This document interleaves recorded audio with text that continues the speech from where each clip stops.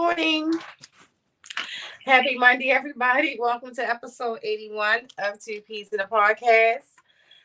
And I hope everyone had an amazing weekend. Good morning to everybody in the chat. Stan, of course, the man. Stan checked in before we checked in. So he's always going to be that first one, pretty much. Good morning, Stan. Good morning, Victory. Good morning, Ro. Good morning, Brian. How are you? I was getting ready to say, I don't catch you in here too often. Good morning, Dondi. Good morning, Darren. How are you? So we're going to start off with just a few quick announcements. The first one is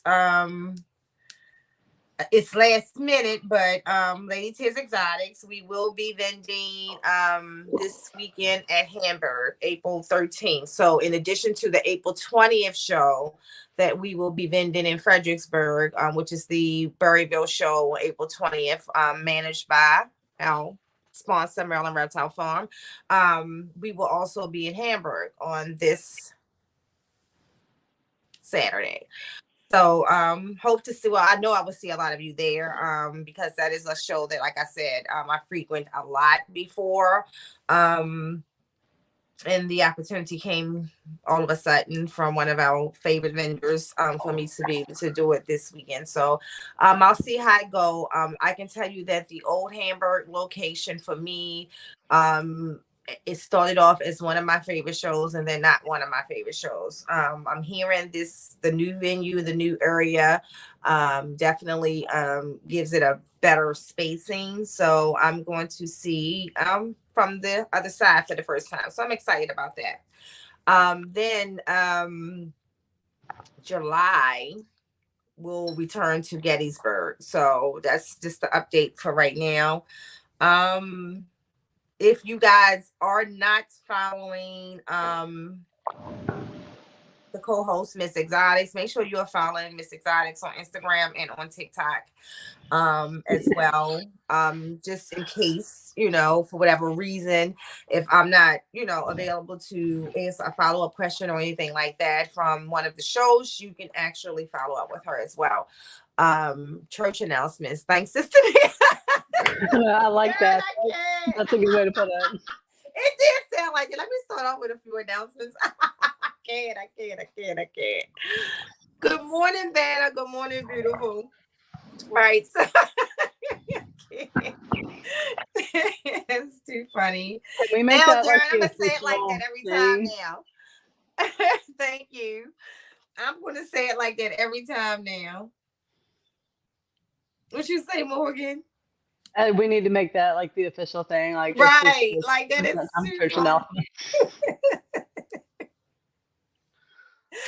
It's a little church in me. No, but it did sound just like that.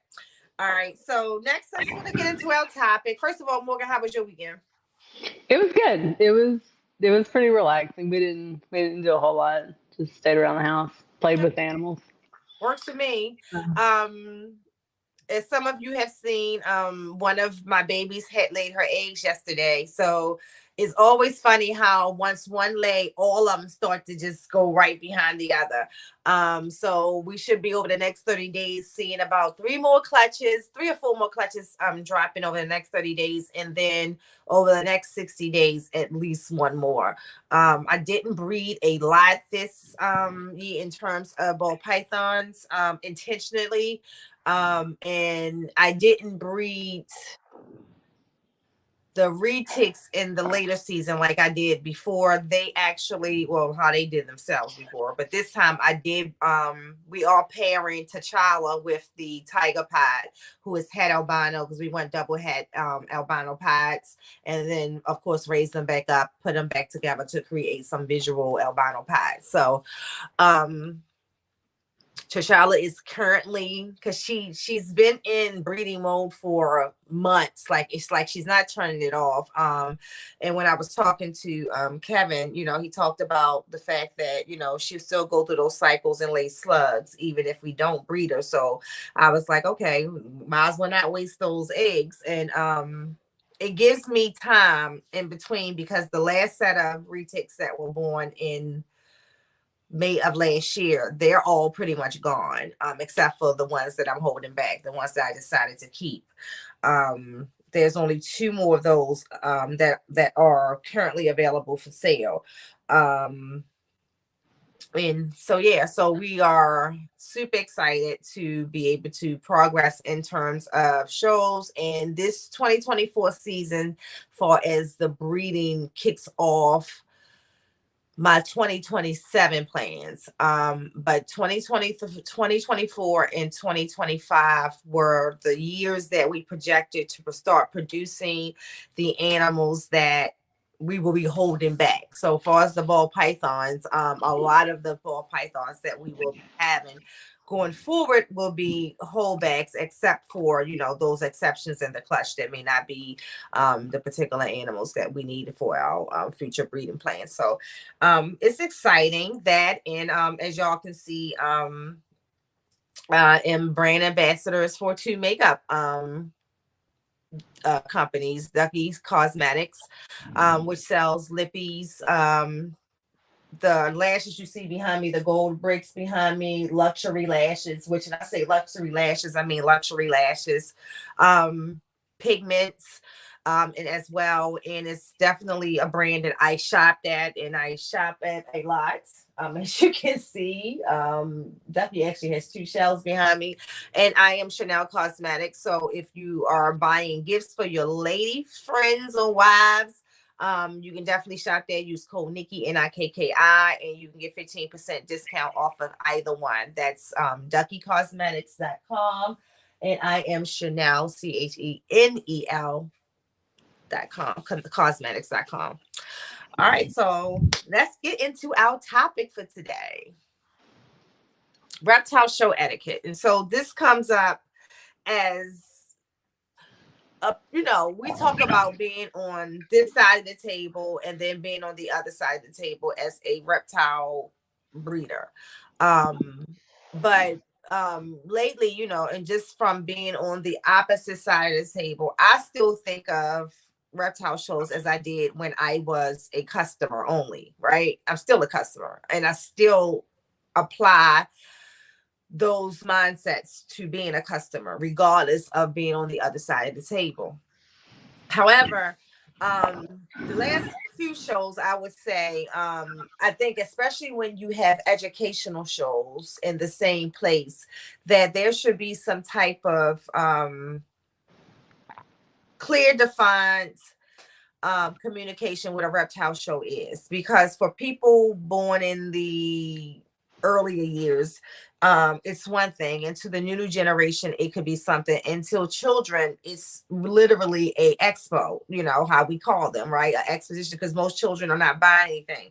However, as a breeder, and as someone who has to, number one, protect the animals that we're transporting back and forth into our collections, I will tell you that the idea of people going around from table to table holding snakes that they have no intentions to purchase, from my business perspective, is no longer going to work for Ladies His Exotics. And not because of the children. I don't care. Like, if you brought your child just to my table to hold animals, I will give you animals all day. But what we can have is your children holding animals from table to table to table. I don't care who I'm vending with. I don't care what facility it is. I can only ensure the health of the animals in which I keep, and then I monitor. I can't ensure that for everybody else. And for me as a customer, right, I never ask to hold animals I intend to buy. Like, I only ask you, I can see everything else through your display, right? If I'm just looking, oh, nice snake. Oh, I love that pattern. Oh, this, oh, that. I've never asked to hold something I have no intentions on buying. That's as a customer. And I'm definitely not going to let my grandchildren, for their safety, go from table to table to table to table just holding animals. They can see things like that through the display. Now, I used to always have that feeling, but if it's a customer who intends to buy, so I am going to create and I haven't thought about all of the wording that I want, but I want it to be a quick bullet that I will have posted on my tables that pretty much say, for the health and safety of my animals and you as a customer, we are restricting holding of the animals to potential sales. Don't mean you have to buy it. But the person who looks and say, oh, that's a beautiful reticulated python, and I want to see it out of the enclosure, that's one thing, opposed to, can I just hold your snake? No. Like that's right. A lot of people unfortunately, like, they kind of look at the expos as kind of like a petting zoo almost. I've taken my kids to expos. I prefer not to, because that's the way that they see it. I don't take my youngest to them anymore at all. But my oldest kind of knows, like, okay, we can't go in and just like hold every animal, because it's not a petting zoo. These are people's livelihoods, people's pets, and they're trying to sell them. And we've come home with animals. There was an expo a year ago, and I brought home like 3 different animals. They all had mites. They were all just being like passed around. And see, the thing is that even with that, like, so I think what's unfortunate, like, I'll give you an example. I don't bring animals to a reptile show who's in deep shed. So the fact that a breeder would bring an animal that could even possibly have any type of mites, infections, or anything, that's my concern. So, so typically people ask why I only like vending with the PA breeders. First of all, I know those breeders. I've been in their homes for the most part, around their animals. I know how they keep. It just gives me a safety zone, at least around me, of knowing that I have people who share the same core values when it comes to animals and reptiles and show. And there are people who keep animals that are way more valuable than mine, right? So they're not going to just be, Phil is not going to intentionally bring a $8,000 6 snakes to the show. You know what I'm saying? And if Phil knows that I'm not going to be standing next to him with animals that could potentially be ill, that could affect his $8,000 snakes. You know what I'm saying? Phil would keep a snake home if he felt like there was something that was not visually good about it, or unhealthy about the animal. So I feel very comfortable with that crew, right? And so therefore we do kind of like amongst each other. Like, I'm not going to hesitate to go and look in fields and enclosures, and he passed me one of his beautiful animals and touch them, or Chris, like, we do that, right? Because I'm comfortable, and I see those animals, I see the health of them, and like I said, I've been to their homes. I see the levels of keeping, like, the way Chris keeps his animals is on this next level. So doesn't bother me. However, when I don't know the person that's at the table that you just handled two tables down, and I can't risk that. So I am going to take that. And I feel like people who are purchasing should understand that, because what you said, Morgan, this is my fear. Let's say, for instance, if you pull home the 2 snakes with the mites, you would assume that you got those mites from the vendor who you bought those animals from. But what could have very well happened is that vendor allowed someone to hold that animal right before you came, and that transported those mites to the animals that you actually had, right? Right. And that's not fair to the vendor who sold to you, because when he or she left home, he or she inspected the animals in which they were taking, confirmed through that inspection. Because I can tell you, like, for us, we don't be concerned about like mice or anything like that, because we really don't take them much, places. We don't take them ever around other people animals like that, except for when we go to shows. But I do check to make sure that there's any signs of any other ailments, no skin, bad skin processes or anything like that. There's no way to prove or know if the vendor that I got one of those animals from is the one that started it, because they're at that particular show, and I don't go back to this show for this reason. Nobody was using hand sanitizer. There was just no precautions whatsoever to protect the animals. There's no way to know where exactly the mites started, but a lot of people that bought stuff from that show left with some sort of something that they didn't intend on getting. And so even with that though, and that's the thing, hand sanitizer is not going to kill the mites. So even if they did have it, that situation, passing mites from one place to another, hand sanitizers help with viral infections. It's going to do nothing for mites. So Right. that's the other part. So I also think that show promoters should do a better job of, now I'm gonna shout out Gettysburg, because what I do like at Gettysburg is that they have a section, an educational section. So I'm there. You can say, there is an educational section down there. Now, what I wish that the educational section had is maybe vendors who only had snakes that people want to take video shoots, like Darren was saying, with only that. So the communication is this section is for sales. If you see something that you liked in the educational side, blah blah blah blah blah, you may be able to find this type of animal out here. This side is for sales, and then we have that sign to disclosure that please restrict holding of the animals to animals that you potentially expect to buy. I think that would be a great thing for every show. I think that, because we have to keep in mind as breeders that these shows are expo shows. They are supposed to be there to display and show animals as well.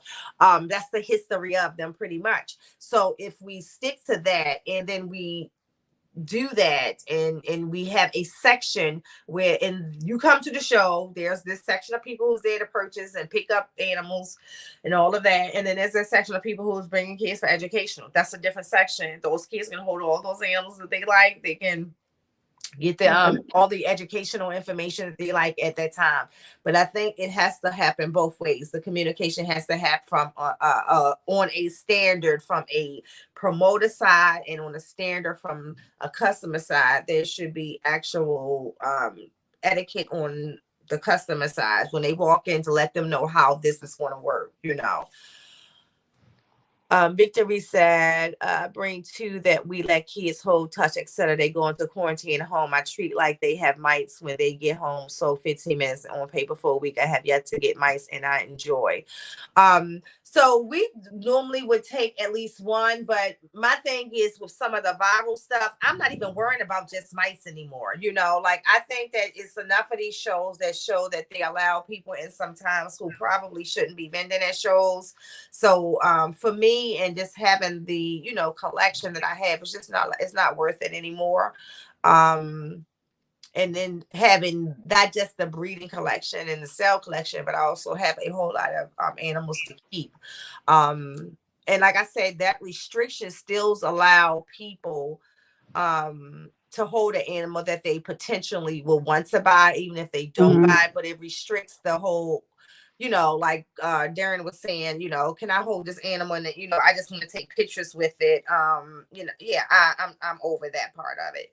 I'm over that. So, as a retic breeder, specifically, and somebody that vends shows and things, if somebody approached your table and wanted to hold a retic, how do you ask them if they intend to buy them? So that's what I'm saying. No, like before, no, like that's going. But are you planning going on doing forward? that? Right. That's what we're discussing going forward. Well, so my retic babies are well behaved. So like you can hold them. Like, I let people pick them up, and all of that. I let kids hold them. I don't worry anything about that. My concern is more of the increase of people going from table to table holding. It's not even like before where it was rare. Like maybe, Morgan, you wanted to hold a Bolin's because you always wanted to hold a Bolin's, and you may not have intentions to buy it, right? Right. But the bull is like an exceptional animal. But if you're going in table to table to table to table, every ball python, Just hold everything. yeah, that's what it's become at some of these shows. And Right. like a customer, I would never That's so one of the shows that I went to last year, I found an incredible retic, and I wanted to buy it. I had the money to buy it. This thing was absolutely gorgeous. And so I asked to hold it, and the guy, the vendor said no, and I said why, and he said, well, he basically, this has happened a lot. I think I've spoke on this on the podcast before. People assuming that for whatever reason I don't look like I would have a retic, and so basically he was like, I know it's cute and like small now, but it's going to get really big and it's going to be unmanageable for you. So this is not an animal that you would be able to buy, even if you wanted to. So I left. I was really disappointed. I didn't correct him or anything. I was just like, okay, cool, So have fun. that's the chauvinistic part of the retic community. Because I used to get that a lot, and I used to laugh when people But would like, say how that. do you, And I would be how do like, you I know? have 10. At that time, I have 10. You should Google me because I can show you how to better handle the one that you have and you can't handle. Right. That's one of the reasons why I irk people nerves, because that's why I went social media, honestly, with the retics, is because I wanted people to see not only can I keep this animal, and the funniest thing is when I first started getting, people would say, well, wait till it get 10 feet, wait till it get 12, wait till it get 14. Y'all see me and Big Cafe, we still chilling. The same 4-footer that he was, we are still chilling. Right. But I will say, okay, so at the same show, I came across a Cuvier's Dwarf Cayman, and I asked to hold it, and it was pretty cool. Some man came up, and it's still on the chauvinistic part, but some man came up and was like, "Oh, what is this? Can I hold it?" And the vendor said, "Absolutely not." And he said, "Well, why can this little girl hold it and not me?" And the vendor was like, well, she knows what she's holding, for one. She obviously knows, what she's doing. And it really seemed to piss the guy off. As I understood from that point of view, especially with a dwarf cayman. It throws me off every time, though, when I get comments. Because I don't look like I would own a snake. Somebody last year told me maybe I should start out with a ball python. Well, I mean, like I said, it's that part of the community that is chauvinistic, but that's why, everything, that's where the whole, like, I've never called myself the retic queen. That name was given to me by Emilio. But I am that's sissy, though. But I am the retic queen. And what I mean by that is that, no, I'm not the number one breeder of retics. No, I will never be. I never intend to be, because I don't want to go through what some of these breeders go through to even attempt to be number one. I don't kill eggs and stuff like that. Okay. So I would never be that. But when it comes to managing a 16-foot snake, a 14-foot snake, the way that I do it is different. The fact that I can have the cow spend the entire night out of her enclosure and she not move in this room until she hear me move is impressive. I don't even know when she picked that up. You know what I'm saying? But she could technically live in the house with us. They're incredibly smart. I was telling somebody the other day about my new one, the 14-foot one. When I first got her, she was crawling all over, like up and around our heads, and just made me uncomfortable. So I said no, I would move her away. I moved her away twice. She hasn't tried to climb up me since. She hasn't gone near my face. Like, she caught on very quickly. Okay, this isn't allowed. I figured out when I first got her, the people said, okay, she pees every day.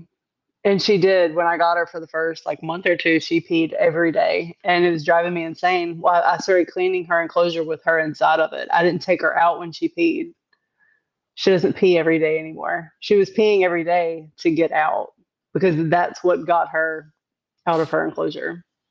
They're so smart. Dawn D, this is the thing. Problem vendors, what I have come to the conclusion of in this hobby is if that problem vendor is a friend of the promoter, like it's hard for that promoter to see the problem. So I would say yes and no. I can tell you that one big problem vendor I noticed wasn't on the list when I was asked because I particularly looked myself, but yeah. So I'll be able to tell you that. As far as I was seeing some of the comments about quarantining the animals, like yes, I do that too as well. But again, there's just the weight of the risk of, even if they're in quarantine, if that number of animals that I'm taking to the show are infected with anything, it's still a hassle. So it's just not worth it to me. And I can tell you that I personally do most of my sales online. There is occasionally, well, just because of some of the cost of the retics, like I can sell one snake and I'll be happy at a show. So I am definitely at that point where, like even what you were saying, Morgan, even with the retics, no, like if you're not intending on purchasing, and another vendor started talking about this 6 months ago, and actually he started putting that in place. He's a vendor that I've been right near. It's not doing anything to impact his sales. The people who was on intent to buy was still buying from him. And then too, when I think about the impact of it, I'm okay if I miss out on a couple sales. I will say though, on the flip side, a couple of years ago, I went to an expo and I asked a vendor to hold a retic. I had no intention of buying the retic. She knew that. But I held it and I fell in love with retics. And I was like, oh my gosh, I just couldn't get past the size. But that's initially what got me into retics to begin with. So even though like I did not intend on purchasing that animal, I wouldn't have the animals I have now had I not.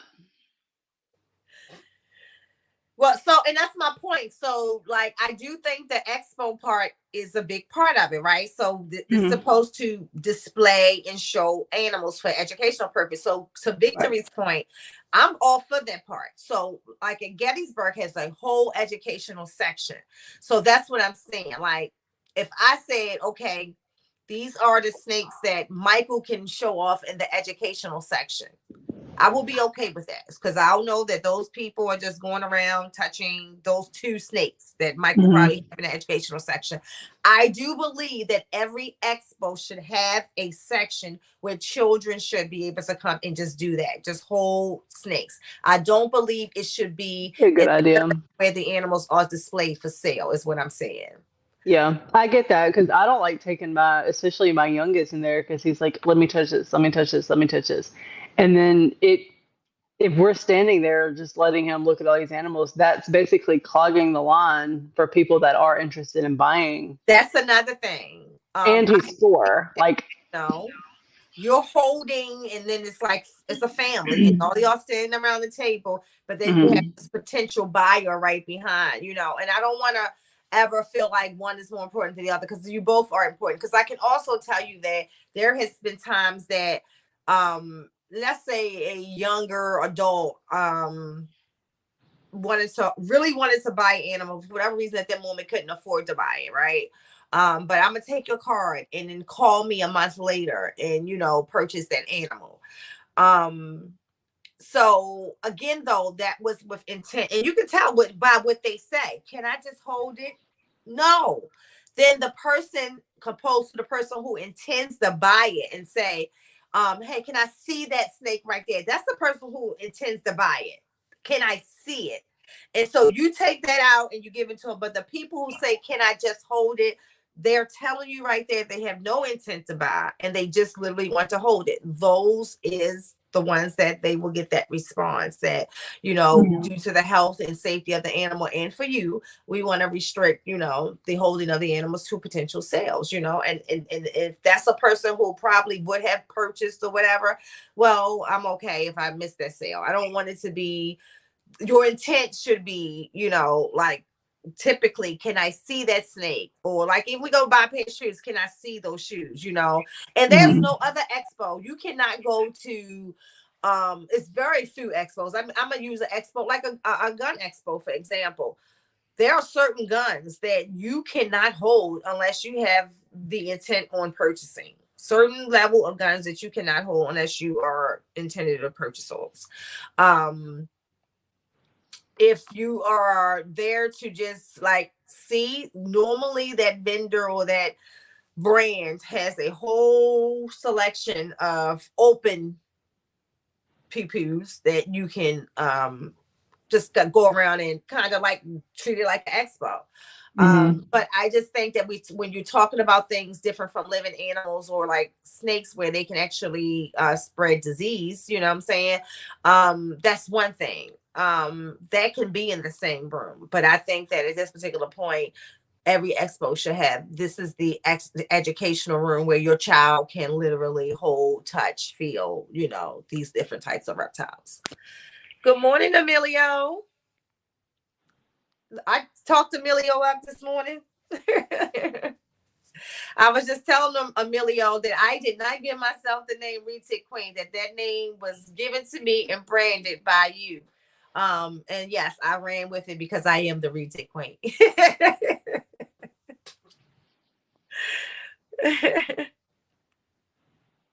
I love it though. He said, I heard you. Facts, right. I hope you have an amazing day, bro. So yeah, so I think that especially at some of these larger shows where like there are like displays for children, and like I said, Gettysburg do an amazing job. It's a whole room for education for kids, a whole room, and then they can like touch and hold the larger retics and stuff like that in that room. But I would love to see that at every other show to eliminate some of the people just going table to table to table holding snakes from one vendor to the other. And that's like I said, even as a customer, that's not something that I did. If I said take something out, you can best believe I'm taking it out because I'm making a determination whether or not we're going to buy it. Right. I don't blame you. I don't blame you at all. I see both sides of it. But if I were vending, I would probably do the same. And it's crazy because like I said, it never was a concern as much now, whereas though I do think because of some of the pressure of people to sell animals, they're not as discretionary as they used to be as to which animals I'm going to bring to an exposition. You know what I'm saying? And I think that a lot of people are, especially within the ball python community, a lot of people are bringing larger collections. You know what I'm saying? Like you can see it, even though sales are not that great. I mean, like for most people, I would say you can tell the difference. There are a lot of people who are responsible who bring smaller collections to the show, but then you see other people who are bringing larger collections, and so that just concerns me as well. Like it's a lot of the hand to snake holding, and it's just like not healthy or safe, I think, for anybody's animals at that particular point when you have that much going on, especially with children, because children don't know how to properly sanitize or think themselves to sanitize it in between. If you have someone who come to expo to buy breeder ball pythons, they're as meticulous typically as we are because they don't want to take nothing home into their collection either. But when we're talking about people who don't breed or don't have the education behind some of these transmitted diseases that these animals can have or parasites, they tend to treat that process differently. And it's a lot of that at the bigger shows. Man, um, talking about expos has me kind of disappointed. My favorite expo to go to was this Saturday, um, and I wasn't able to go, but I saw pictures. They had all the things, all the. This is the most diverse show that I've ever been to. It's the one in Slaughter, Louisiana. Okay. If y'all ever make your way down south, hit that show up. It is Is that so one so that fun. Sean bends all the time? I think so. Yeah.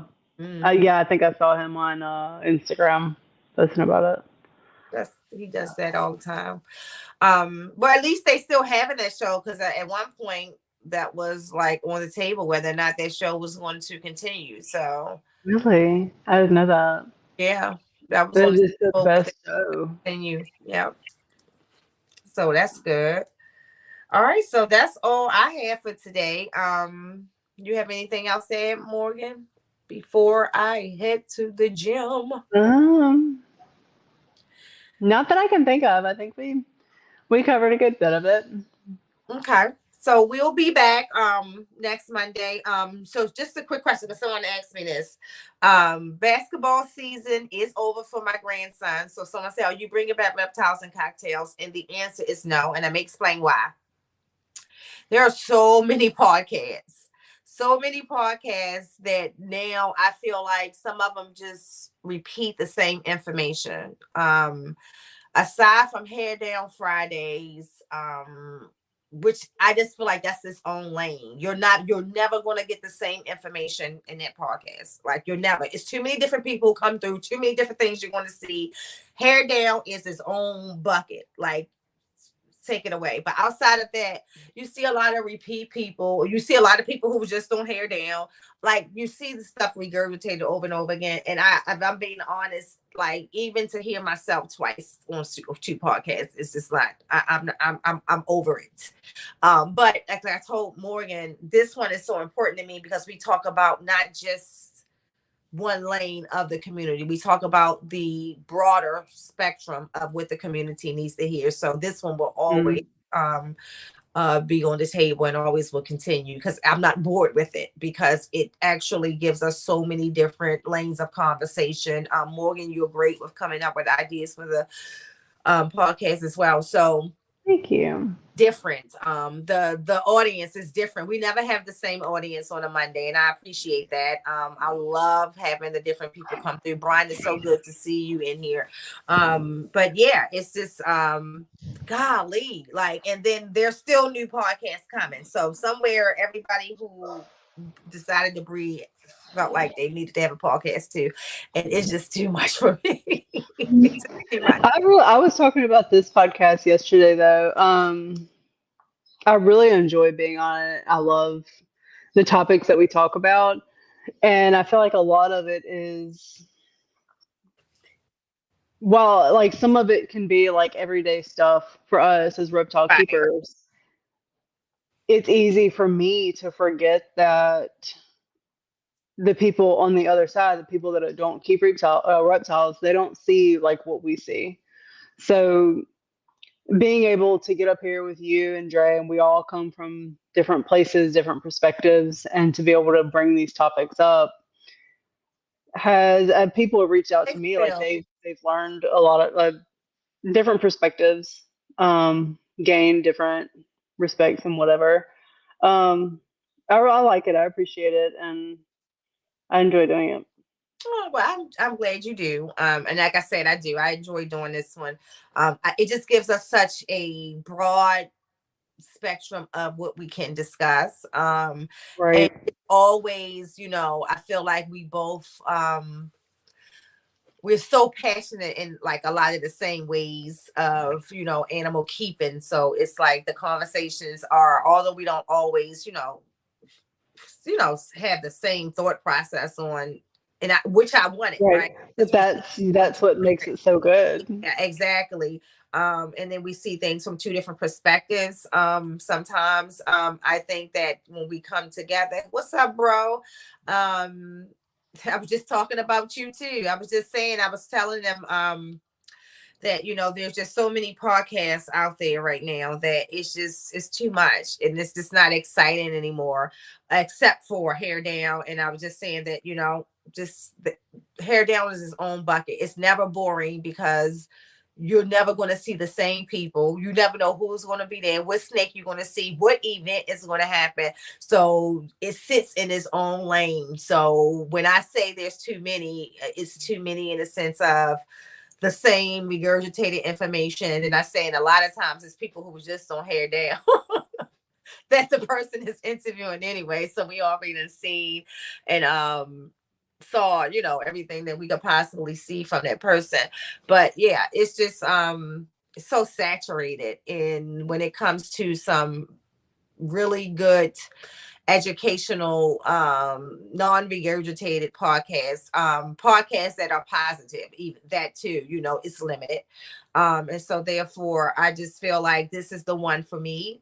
So we're not going to continue. Well, basketball season is over, but I'm not going to go back to reptile cocktails. I think that format is saturated right now.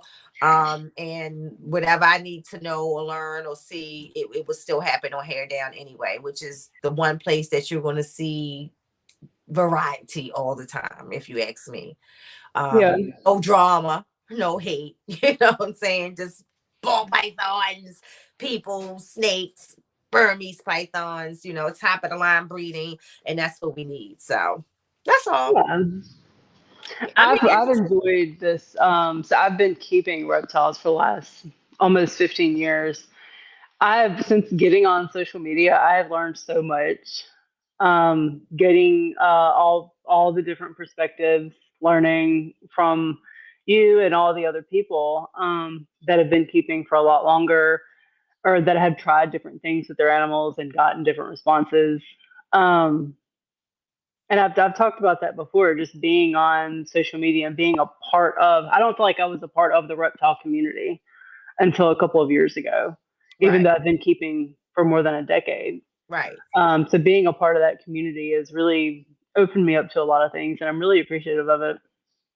Oh, you're so very welcome. Like I said, it's so many amazing people behind the scenes who do this on every day. I didn't do it for years. I didn't get on social media. I didn't literally when I was in the Black Reptile Owners group, they pushed me to get on social media and like really to do social media. This whole Mm-hmm. the whole podcast that I started, Reptiles and Cocktails, was an idea that branched off my relationships with that particular group at that time. So I didn't I kept for many years and I was good with it, you know, cool with it.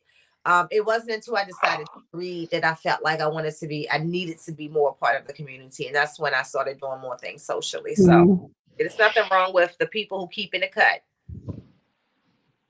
I agree. I agree. Somebody asked, Darren asked what my IG was. It's the same. It's just my name showing up here. It's Miss Exotics, MISS Exotics. Um,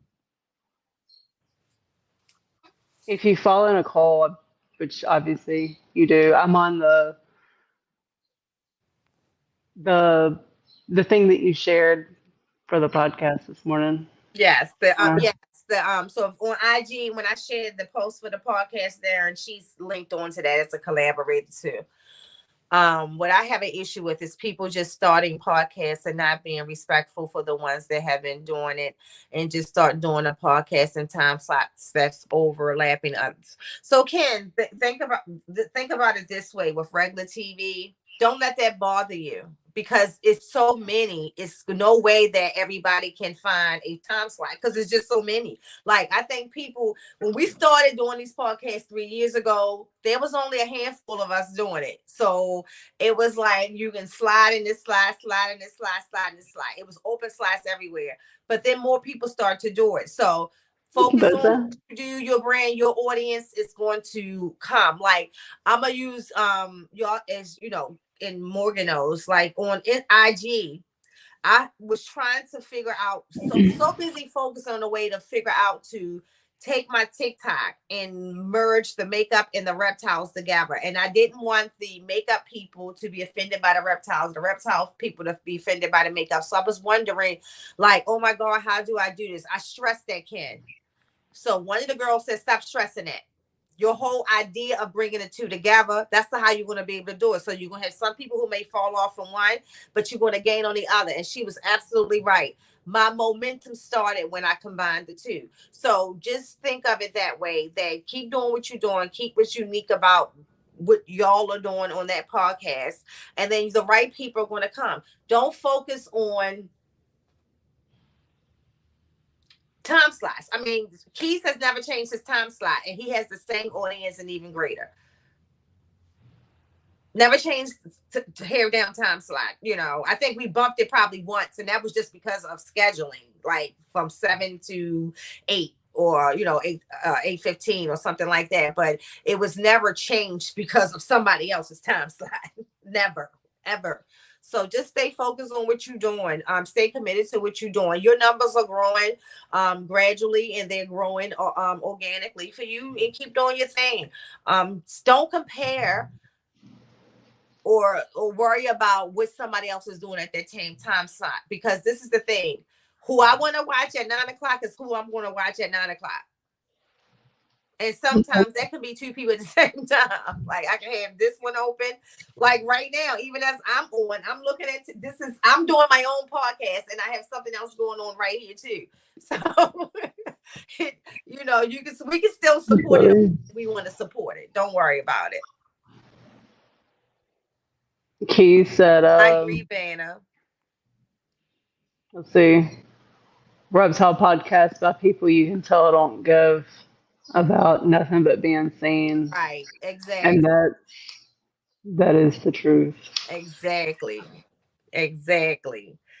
But like I said, if it's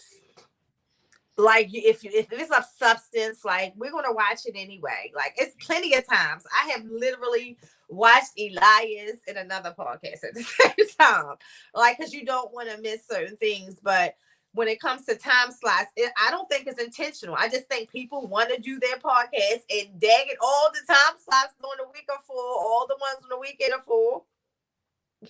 They just gotta pick the one that works for them. Right. And it's not gonna stop your flow. You're gonna keep on doing your thing and just keep on doing it.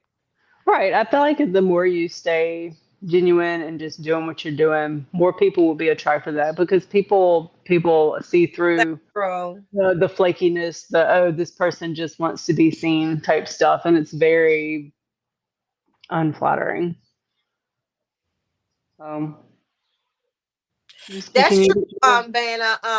But I think you're going to see less people do it, because to do a morning podcast, you have to be kind of like a little over the top, I think. Like, because even when I select, like literally, and Morgan, I'm not as bad with you as I was with Dre, because Dre could start the podcast too. And so, we would be rolling out of the bed, and you have to want to do this like in the morning. Like it's like the energy is different in the morning. Like you literally have to still present like you didn't just roll out the bed. Like I didn't just walk across out my eyes. There have been some mornings where I'm just like, oh my God. Right. But I mean, the screen and it's like energy. Every other day of the week, my kid, I'd take him to school. We leave the house at 7:20. But on Mondays, he rides the bus. He's out of this house by 6:30, so I can get up and do this. And because the podcast starts at 7 for me, so that like Monday morning, my alarm goes off at 6, and I'm up. Every other day of the week, my alarm goes off at 6, and I hit that snooze until 7. Yeah, like I love the morning podcast though, but that's because it's a great way to start the days, to start the week. And there's been times before I came on the podcast that and I've messaged you and told you, like, the topic that you spoke about a few days ago, it's still on my mind. It changed my perspective for this whole week, things like that. It really is a really good way to start the week, especially on a Monday. I love it. I totally agree. But Banner had a good point. So, but and then most people are working on, the mornings too. So I know that's hard for a lot of people as well. But there's not too many in the morning. But even then, I think you're going to see at some point the mornings become, because at first it was like really nobody in the mornings, and then we started to see people doing the mornings as well as too. So Mhm. it's just going to be what it is. But not many people were doing Monday morning at 8 o'clock. I would set my alarm just so I wouldn't miss it. Otherwise, I'd be sleeping Right right. there. Exactly. So yeah, so and then I love the fact though still we all want to support each other. And someone put in the comments, and Ken, you're famous for this. Like Ken, you go back and watch so many of the replays. You know what I'm saying? I do the same thing. Like if I miss a hair down, for example, literally I don't care if it's 5 hours. The next day, whatever I'm doing, I'm playing it back because I gotta know what happened. Like, because it's always something happening. Or something exciting that came up, or a conversation that occurred or whatever. But yeah, there's some podcasts that is totally blocked that I'll never see. So it all depends. But can you do a lot of with going back and listening, and that helps too. Like, so even though a person can't see the live, they can go back and listen to it, and that helps your analytics even more. Actually, I think when they start to watch the replays. So just keep doing what you're doing, bro. Key said, "Man, props for doing this. Starts the week off right. Makes me get my ass up too." Thanks, bro. I love to watch replays and see what's going. You do, and you support. Let me tell you who else. Mitzi, if Missy misses it, Missy watches the replay. And what I can tell is, like, even with some of y'all will comment throughout watching it. So I know you're watching it. Like, let me tell you, for you to go back and listen to a replay, that's so valuable. So valuable to a podcaster. That means that you missed it. You really did miss it, and you want to go back and see what you missed. So I think we all appreciate it. I actually love some of the new podcasts coming out, like y'all, Nikki from Irresistible Ball Pythons. Like I told her, literally, she reminds me so much of Kevin McCurley. And like I think they had the same mother and they just don't know. But I'm talking personality wise. Like her love, her passion for what she does, the animals, her joy, her ability to put this positivity bubble around her in her family is just absolutely amazing to me. So when she started her podcast, and I told her, just do it, I knew that was a person that I would want to see. I knew that's a person that I would want to watch. When she interviews people, her interview style is different. It's not like everything else. The whole bag rack always been one of my favorites. I don't always get to see it as much now, but I get to watch the playbacks of it. I learn something every time I watch it. So yeah, like it's so many different things, and I think podcasts. I do like that there's so many because when we're busy with the checking waters and changing our substrate and all of that, it gets us through cleaning rats and all of that. So having so many options is good too. It's just impossible to listen to them all live. Like it's just impossible. You would spend your whole life on social media if you did that. I'll be going back and watching the start of this. I can't get up early enough. Laugh my ass off. Morge Forge has a good podcast too for a newer podcast, and you do like Nikki, Kurt's and Angels. Yeah, I love Kurtwood. Well, Kurtwood is one of the very first ones that I started watching. Like I think that's how like in the beginning, all of those for me, when I first met Keys and them, all of them were kind of like together at some point, So I watch Kurtwood. I do get to get to see Angels every now and then. I get to see Steve Nelson's. Like it's so many people that I get to play back. And that's all I'm saying. Like, so having so many, where it drains me is when everybody has the same person. Like I love Billy. I love Billy. Billy has his own show. I don't need to see Billy on every show in 1 week. I love me some Billy, okay? But I can watch Billy on Monday nights. Was that Tuesday? No, Monday nights. I think it's Tuesday. But anyway, it comes up on my phone. When that notification comes, I'm in the chat. Y'all, I can see that. And I listen to it a lot because I learn a lot from that. Then there's other people I can't get enough of. I can't get enough of Levance. I love to hear Levance talk. I love to hear Austin talk. in different venues, so like places where they can be open, like, you know, when they, well, Levance is going to be Levance wherever the hell you put him, so, or he ain't coming. He ain't showing up. But like there's certain people, KG, as much as we talk to KG online and offline, I don't get enough of listening to KG because he cracks me up. Number one, Dragon Soul, Pat. Like, it's just so many people that I could literally, like, if Pat had his own show, I would listen to that just to listen to Pat just trip us out. So it is just so much. Kurt is Nikki's husband. LOL. He is talking about him. Oh, okay, that Kurt. I thought you were talking about Kurt. Well, yeah, I keep forgetting his name, Kurt, too. Right, Levance, and Levance actually, even though I can, you know, he is a big breeder, he doesn't, I don't feel like he is unrealistic about other people's plans. Like, I love the fact that he sends that message, you know, out, like, do what you love, do what you love. That's what he say over and over again, opposed to doing what this person does or do what I do, you know. In fact, Lawrence probably talk you away from doing what he do. I really think I enjoy those conversations. There's quite a few people that I can listen to over and over again. And it may not be the same people that others listen to. Like, I love the animated breeders, you know, like the ones, I love Billy for that reason because he's animated, so certain things he says sticks because of the animation behind it. So yeah, right, Pastel B, but nothing wrong with the Cut Up Boys. They in the family. Yeah, so I mean, definitely, I'm always Kurt would always give me respect too, so yeah, I definitely watch them sometimes. And speaking of, can anybody got an update on Iron Dog? Because I haven't seen him in a minute. Keys, if you know, let me know. I haven't seen Iron Dog in a minute.